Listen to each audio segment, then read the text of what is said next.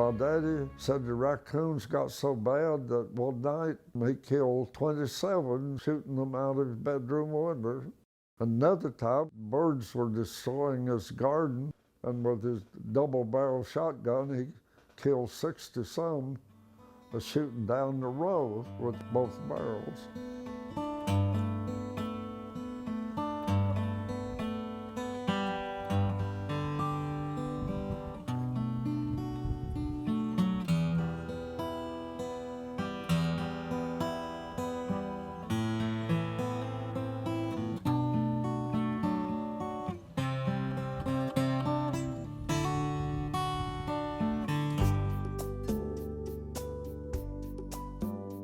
Long before there was a United States, or even a known continent, Pine Island Sound was formed. Almost 5,000 years ago, sands drifted southward and collected. A fringe of mangrove forest grew from the inside out, their long roots clutching the bottom like huge hands.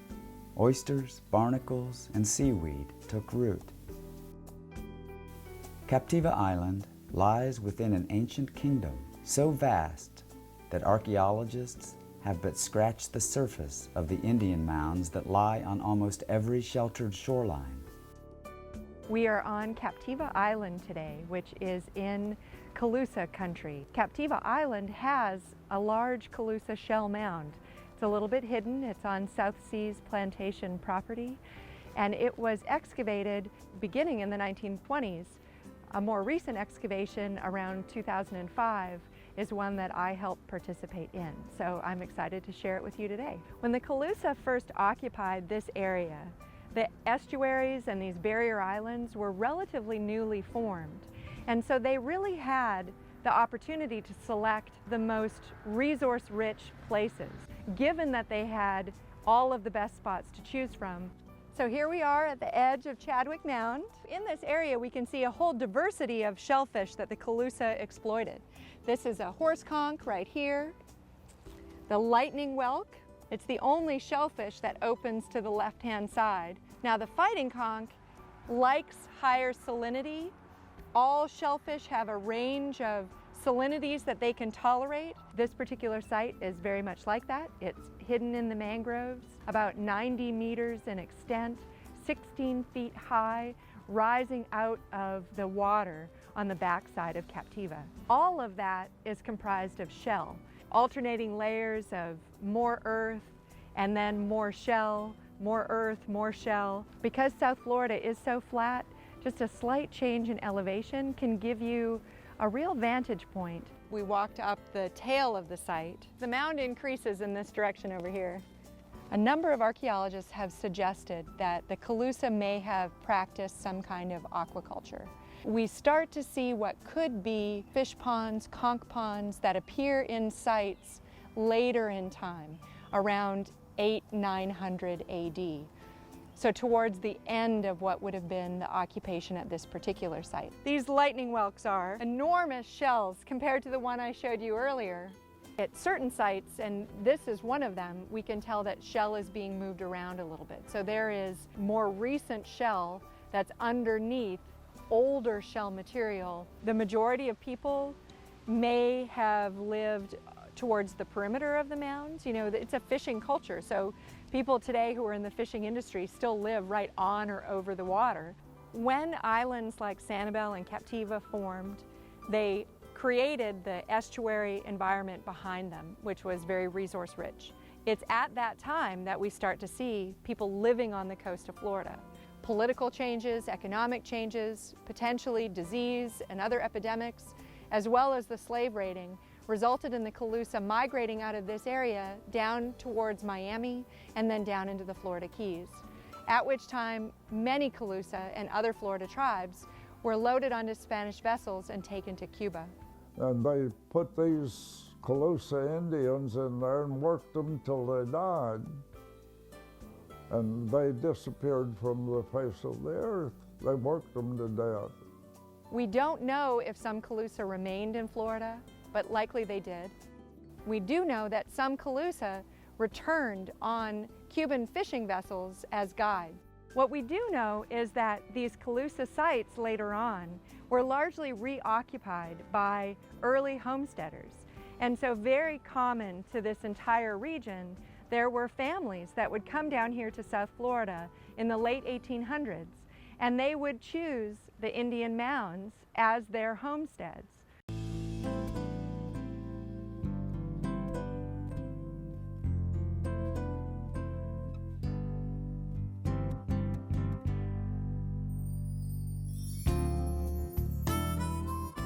I'm the last living descendant of a homesteader.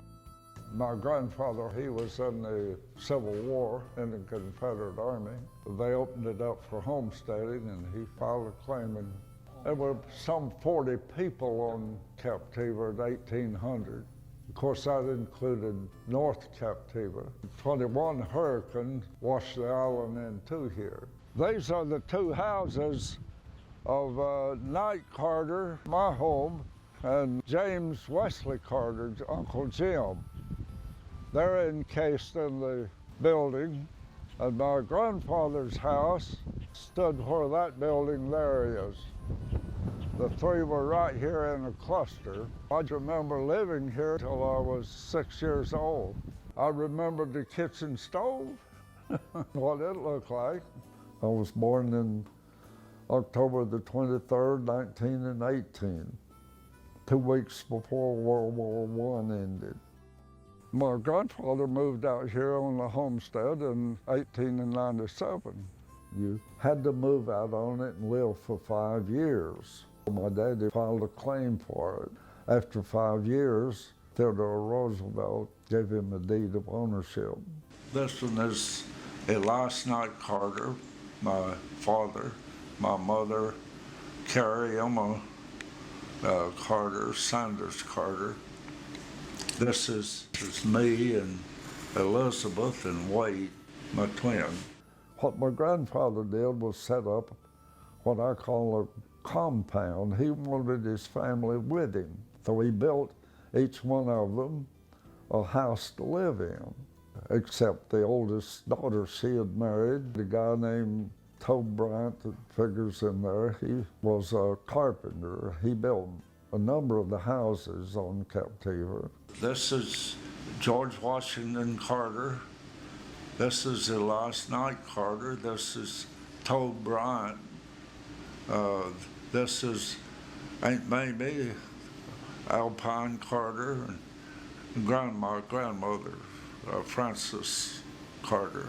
These are Aunt Mamie's sons by her first marriage. Tobe filed a claim for a homestead joining ours. My daddy built the skiffs that they fished with. Together, the three brothers built a launch. They knew all of the skills. My dad could do anything.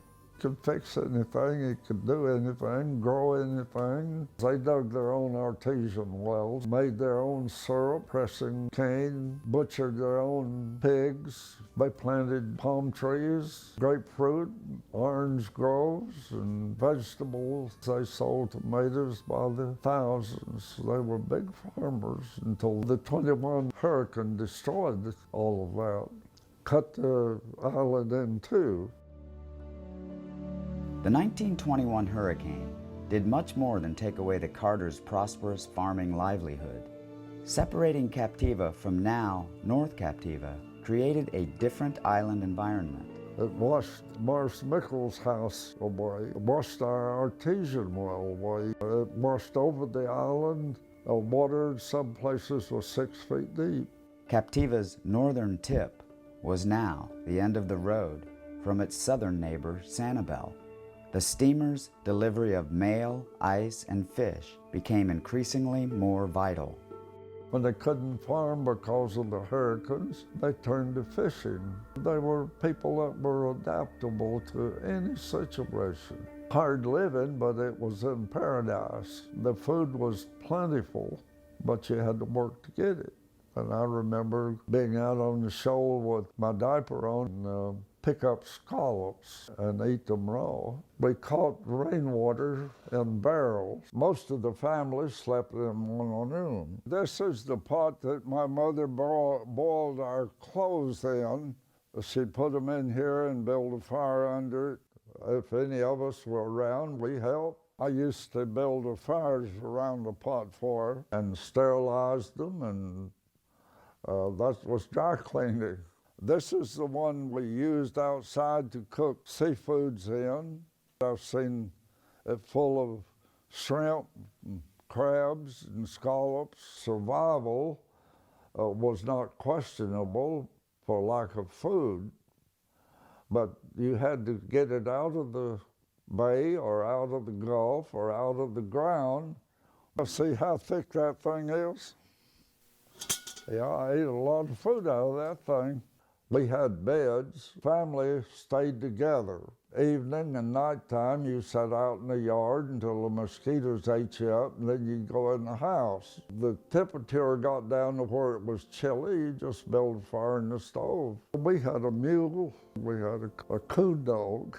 We had pigs, chickens. People would come over from the mainland to buy tomatoes from Captiva because they tasted different. They had the soils tested scientifically and found that they were better than the mainland for citrus fruits, tomatoes. There was a huge market for them. I asked my dad what he did for fertilizers.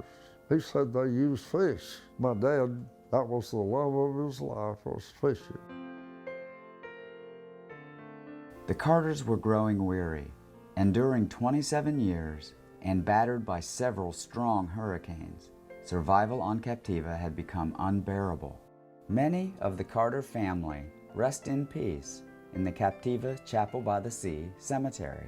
This sacred seaside cemetery holds many homesteaders alongside notable island residents and landowners. You'll find a lot of babies buried in here. Back then, only about 1 out of every 4 survived birth. That's my grandfather's headstone, and his wife was Elizabeth Frances Carter, and she died the same month he did, 3 years before I was born. This is one of their daughters, Alpine. My daddy and his brothers built the coffins. You dug the grave, you covered it. These are my mother's children. These are twins. They died the day after their birth. She found out she was going to have twins again. I'm one of them. And my twin and I, we survived the ordeal of birth.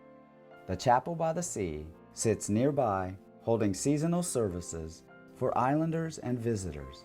The Carter children attended school here, as it was first built as a schoolhouse. By the mid-1920s, the tides of Redfish Pass were destined to bring about change on Captiva's northern shoreline. As we came to the property in 1972, obviously the very first thing we were interested in was, well, what's the history here? How did this come to be what it is? The history, as we learned it at that particular point in time, really began with the Chadwick family being here. The Chadwick estate was the dream of Clarence and Rosamond Chadwick. In 1923, they bought the old Carter and Bryant homesteads. Mr. Chadwick was interested in establishing a key lime plantation on the property. He wanted to buy the homestead. He'd bought all around it. My mother and dad wouldn't have sold it for any amount of money. But the other 2 families, they just scared to death of storms. In 1926, a hurricane damaged much of the farmland, and the remaining landowners sold to the Chadwicks. Eventually, they owned 400 acres on Captiva and Sanibel and created a plantation, growing coconuts and citrus.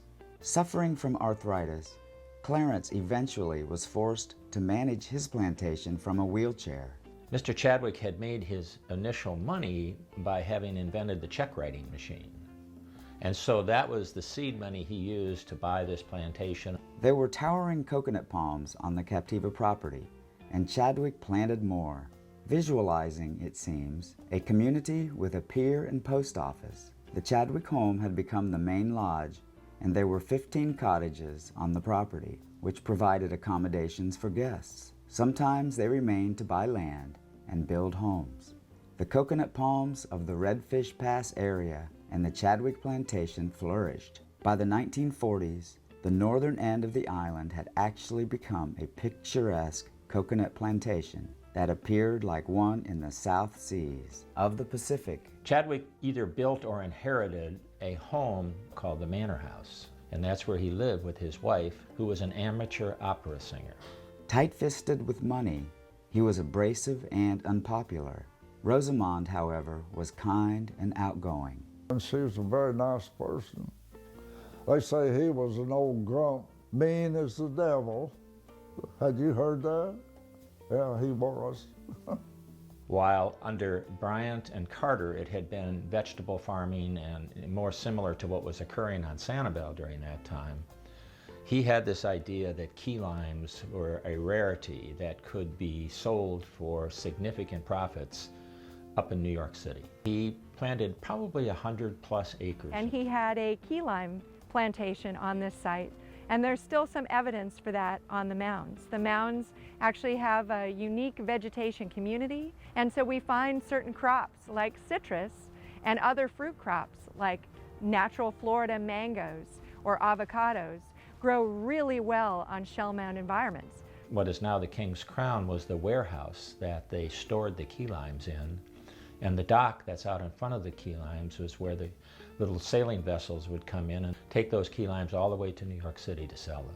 As I understand it, Mr. Chadwick became ill, they moved off island, and the property laid pretty dormant for 4 or 5 years. And then retired General Leslie Kincaid, he was a World War I general, and his wife Mary, and a man named Bill Hunt and his wife Liz came along. And they were fishermen. They were fishing out in Pine Island Sound, and they saw these old buildings and things here. And so they inquired, of course learned about the history and the fact that it was in the Chadwick family estate by this time, and so they bought the place. Chadwick died in 1947, and the American Hotels Corporation bought the property and named it South Seas Plantation. General Kincaid had the contacts to raise the money, and Bill Hunt had the skills and experience to undergo the restoration and the operation of things. They each built a house. They then restored the property as a fishing camp resort. And they started marketing this to sportsmen. And at that point in time, there were about 10 to 12, maybe 15 of these small little cottages that used to be helps quarters here, that they then converted into guest accommodations. And at that point in time, there was no marina here. The place really functioned beautifully for about 10 or 15 years, from about 1945 to about 1960. Fishing up at that part of the world was always really, really good. There was a clientele that came down, especially to fish. The amount of snook particularly that were caught off the front dock and up on Redfish Pass Point up there was unbelievable to blow your mind, just fishing up there with a mirror plug at nighttime. In run season, the mullet got really, really thick up there, like they still do around that dock and in that pass. And if you walked down the dock in the daytime, the mullet would just be like black all around the dock, just everywhere.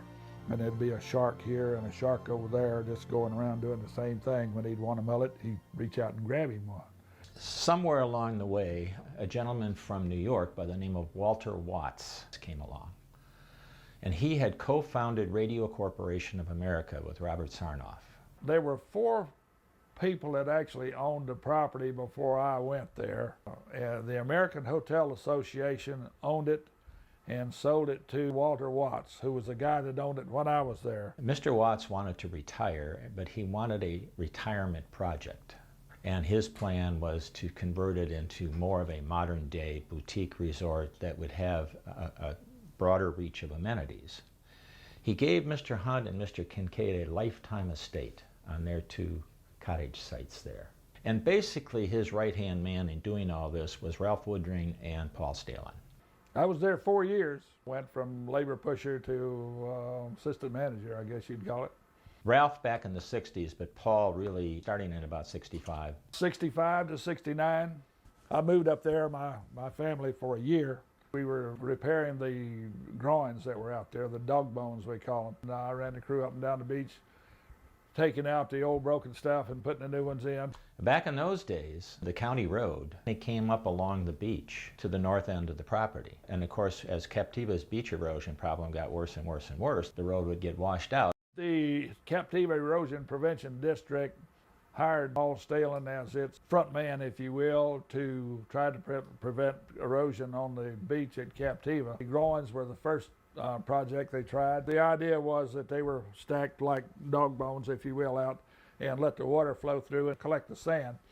And they worked some, but when the hurricanes come, heavy weather just tore them all to hell, cracked them all up. But then later on, we decided someone had came up with some sandbags in other parts of the world that they worked pretty good. So we take a sand pump and we just pump sand into that bag until it was full. He hired a dredge to come in and start filling the area. Ran day and night there for a while. We also used that platform to build a marina in there because there was nothing there literally. We decided to build a new motel there, if you will. Called it the Plantation House. Had 20 rooms, built all out of concrete, a walking deck on the back, balustrades around. Stalin decided he was going to build the golf course. We got a fellow from the East Coast, Dwight Wilson, and his dad. They were looking for someone to plant the golf course at South Seas Plantation. Paul Stalin, who was the general manager at the time, somehow connected with my grandfather. They harvested the sod off a sod field in Jupiter and brought it over on trucks to South Seas. And my father came over, and my father is the one who planted the golf course with all the help from Wilson Supply Company, Wilson Spraying Company. My grandfather had built these tractors, and you take the sod and you put it in this container that kind of ground it up and then dropped it into the spreader that just spread it out. And so that's how they planted the golf course, and you come back behind and you till it in. It was an interesting methodology. Wow. And that's how they planted South Seas Plantation. We actually hired Dwight later on after the golf course was finished to stay on and be the golf course superintendent. But my dad took the offer. So we moved to Captiva in 1966. And from that then designed the golf course, the hills and valleys and hand traps and all that good stuff that goes along with it. Then the seeding of the grass. We had some problems, obviously, getting the grass to grow. Overall, Dwight Wilson knew his stuff. And the common theme in everything that occurred was music. And my dad played accordion, he played guitar, he played banjo, he played piano. My mom from Germany was a baker and a cook, very social. And so the two of them combined made for just a wonderful environment.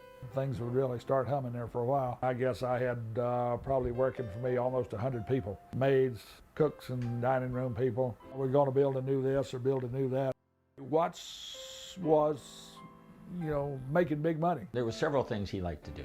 He liked to eat. He made the King's Crown into the fine dining room that it ultimately became. He liked to play golf, so he built the 9-hole golf course here. He liked to play tennis, so he built some tennis courts next to the marina. He liked boating. He fixed up the cottages, and he built the 20-room antebellum plantation house. I think it was about 1969, 1970. Mr. Watts became ill, and they eventually needed to leave island, and he was hospitalized over on the east coast of Florida somewhere. In the summer of 1972, Mrs. Watts decided to sell the property and asked for interested parties to submit offers. We took a look at this and said, how can you not take a stab at trying to do this? We didn't have any money, we didn't really have a track record. We decided to make a proposal. My partner Bob Taylor did all of this. There were 39 groups that ultimately submitted offers. Mrs. Watts was asked, well, which direction do you want to go here? And she said, I want to sell it to those boys. So they only gave us 90 days. And the price was $3.5 million. And I started looking around saying, what do I know about any of this stuff? The antebellum plantation house was located right here, the King's Crown right here. And then initially it was just this basin of the marina that was a part of what Mr. Watts did. Most of South Seas was on the west side of the main road that went up the beach. Now, when you look at this aerial, you might say, oh, well, isn't that the road that goes along the mangrove? No, it's not, actually.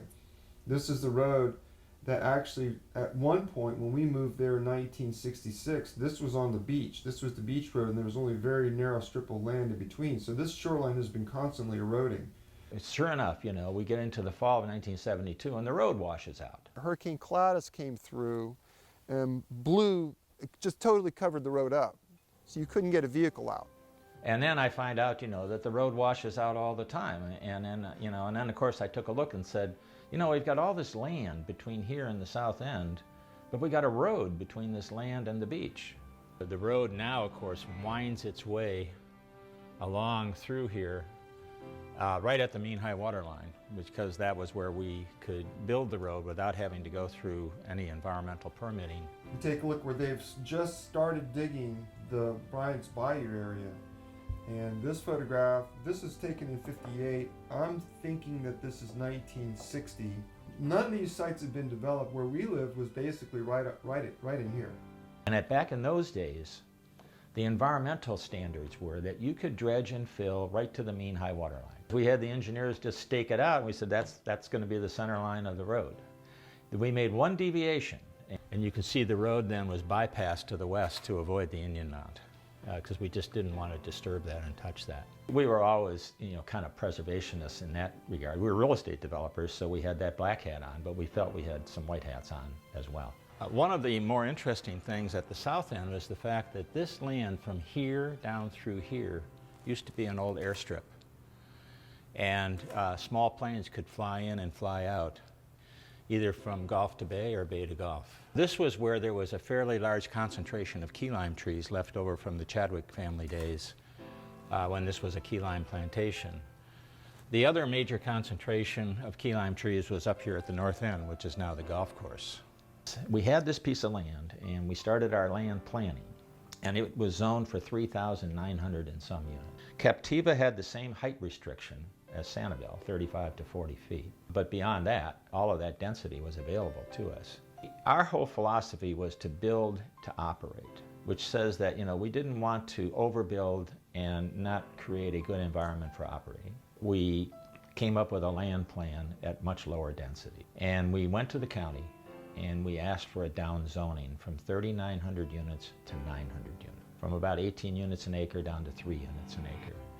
And what we asked for in return was total flexibility of use, where we could intermingle commercial and residential. We built 30 new hotel rooms. We renovated the plantation house. We built a new front office. We remodeled the King's Crown. We did that all in 90 days. So that at Christmas time of 1972, we had this like new boutique resort called South Seas Plantation. All of a sudden, we were starting to get interest. And from 1975 to 1980, it was Katie bar the door. The resort operation really picking up steam, and the real estate market was very strong during that period of time. Of course, the Rauschenberg property here, which every time I would see Bob Rauschenberg, I'd say, you know, when are you going to sell that land to us? And he said, never. You know? And we said, okay. He definitely was a very good steward of the lands that he owned. Another major event was 1977 when we built Chadwick's restaurant and opened it to the public. That was a huge event at the time. That was probably the biggest restaurant in Lee County. And here it is way out on Captiva, and we were pretty nervous about the whole thing. Is this going to work or not? At that point in the King's Crown, there was no dancing, but as soon as they opened up Chadwick's and there was dancing, boy, that became a real, it added the party element to South Seas. Our entertainer that we hired early on in 1974 and then started moving him around to all our properties was Danny Morgan. I got the call to come down here and fill in just for one weekend. I was going to play at the King's Crown, which is at the very tip of the island. The King's Crown was a beautiful gourmet restaurant. I remember the first morning I woke up, I looked across at the golf course in the Gulf of Mexico and I went, whoa, man, how lucky am I? He kind of became the face of the island. Al Tenbrook was my first boss. I wound up staying a lot longer. We used to take Danny to travel agent shows and we'd give away a little CD with Sanibel Sunset and O Captiva on it. When I first came here, I was extremely inspired, and I decided to write a whole bunch of songs about what I was feeling about being here. And then they asked me to be the house band at Chadwick's. It was terrific for families too. We were family friendly. We were family appropriate. Simultaneously, Paul McCarthy asked me to play the Lady Chadwick for a sunset cruise. That turned into years and years of 7 days a week on the Lady Chadwick doing sunset cruise, and the staff just did a wonderful job of narrating. They still do the sunset cruises. The other big thing I think that occurred was the beach restoration program. Ever since Redfish Pass opened, the downdrift side is starved of sand. The golf course was falling in the water. You know, and of course during one of those storms, the road in front of Tween Waters went right into the drink, which all of that really kind of helped our cause. We did it. We put this 2 miles of new beach in. Well, first of all, it saved our property and enhanced the value of it, but it showed the rest of the island what we were talking about, you know, and the critics all of a sudden started to say, whoa, maybe this isn't as bad as I thought. One of the first things that I got involved with was the channel kept filling in. And so we planted a beach dune off the 5th fairway, which helped deal with the erosion problem, restored access to the channel, which solved their navigation problem. I've been involved with them on the shoreline riprap on Redfish Pass, building that, designing, permitting that over time. And now I think the whole north end of that island is all riprap all the way to the jetty. And then, of course, there are substantial acreages of mangrove on either side. All of this land goes into permanent preservation. South Seas had stopped growing fruits and vegetables, and people began sprouting roots here. This tropical garden had become a seedbed for potential island residents. First vacationing here, their captivation for the island inspired them to purchase property elsewhere on Captiva and build a lifestyle. The last big project that we did for them was we solved their entrance channel problem and actually relocated the entire channel, which was a pretty serious challenge because it's in the aquatic preserve. They built the T-dock right here, and that T-dock went straight out. And when we realigned that channel, we actually, you can see this natural cut down through here. We actually realigned that channel to run down through here. And then of course that makes the connection down to Roosevelt Channel, which improved navigation and made it safer. We no longer had people prop dredging seagrasses because we had a defined marked channel from the middle of Captiva up to Redfish Pass. Really from 1975 to 1990 was the growth spurt. That's really where virtually all of this development occurred. In 1998, we offered up this portfolio of 10 properties to the investment world. South Seas was always the flagship. Maristar came in with an awful lot of the same operating philosophies that we had. They worked very hard to take what we had provided and continue to enhance it, and we worked with them fairly closely. But a couple of things happened along the way. Number one, of course, Charlie hit, and just kind of blew this place apart. Charlie approached Florida as a Category 2 hurricane. About 2 hours before making landfall, Charlie jumped up to a Category 4 with estimated maximum sustained winds of 145 miles per hour. 2004 was to deliver 3 more major hurricanes to the Florida Peninsula. Francis, Ivan, and Jean all had their effects on the area, but for Southwest Florida, Charlie was by far the most devastating. Captiva was once again decimated by the hand of nature. Charlie came through on a Friday and this place was a mess. Got a barge lined up, got generators lined up, got chippers, tub grinders, front end equipment, and we loaded up a barge. And we took the barge out, and by Wednesday we had mobilized and had all the equipment on site at South Seas to get them back underway. They are a real mess out there. Maristar then also ran into some financial difficulties, and so by 2006 they had taken the portfolio of our 10 properties and a number of others, and they sold them to the Blackstone Group, and it all became Blackstone, and it's been that way since that time. The name has changed twice. It started out as South Seas Plantation. Then under Maristar it was South Seas Resort, and under Blackstone it's South Seas Island Resort. Who knows what it'll be next? This little piece of land on the tip of Captiva Island is a national destination. As people come from all over the world speaking a lot of different languages, they bring their cultural ideas. It's the people that got us here. The place always has had its own degree of identity. It likes being on Captiva Island. Living here was primitive. but it was in paradise. If heaven isn't any more than this, I won't be disappointed. Captiva, island of my dreams, you have stolen my heart. Oh, Captiva, your song is calling me like a melody falling from the stars.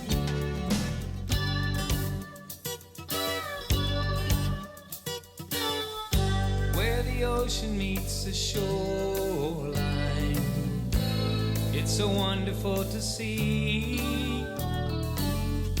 Beautiful shells along the water, and the seagulls fly